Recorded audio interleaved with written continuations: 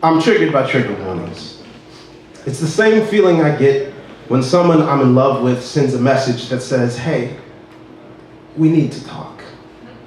And you know something awful is coming, or you think something awful is coming. I mean, what else could it be besides something awful? Just tell me right now, please, before I lose my mind. The host explained, we offer trigger warnings because a topic that might be okay for you to discuss could be really difficult for someone else. So we give the audience a chance to excuse themselves. The problem is, I've never seen anyone excuse themselves. It would expose far too much about a personal haunting they clearly don't want the whole room knowing about.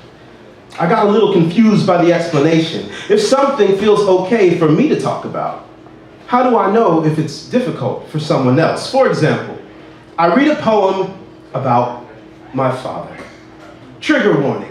Poem about my father, and it really doesn't matter what follows. If I had a loving father, people who had anything else might be triggered. If I had a loving father, people who also had a loving father that died when they were young might be triggered. If I had an absent father, people who had an abusive father might be triggered, might be jealous, like, brother, count your blessings. You better thank God your pops was kind enough to leave you and your mama with all your teeth. You better thank God your pops was self-aware enough to know he would add nothing to your life. I just don't believe any topic is neutral. Everything could accidentally tug on trauma's invisible strings. Sometimes we don't even know what dots are connected until we're already soaked in the blood of a reopened wound after hearing a poem about popcorn. Trigger warning, true love, and all the lonely souls are devastated once again. No one understands why their heart gets terrorized 12 times in a row, while others build a life with their high school sweetheart. What am I doing wrong?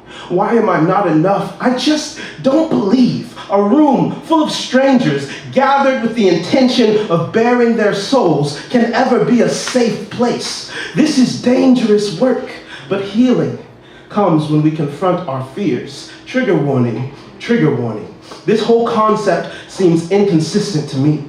Everyone knows trigger warnings are required for poems about suicide and sexual assault.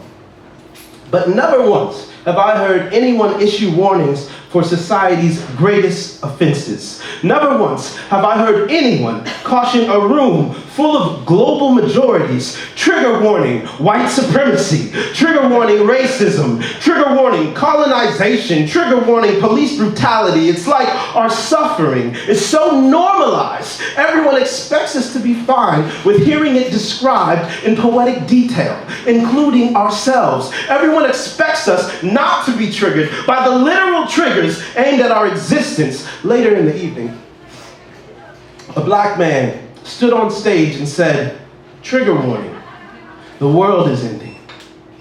Then proceeded to exercise his right to remain silent as he danced to a song about a town engulfed in flames. And the man kept dancing. And how the flames lit the trees on fire, and the man kept dancing. And how the fire consumed an entire mountain, and the man kissed his lover, and the man kept dancing, and his body kept bending and gliding with a peace that surpasses understanding, as if this was not the first time he witnessed a dragon become king and make dust of everything he loves. Trigger warning, black person breathing. I am giving you an opportunity to run out of this room before I make you uncomfortable. Better run out of this room before our existence makes you a witness to a hate crime, before you have to answer to God for all those nights you watched us dance through the flames and did nothing but applaud.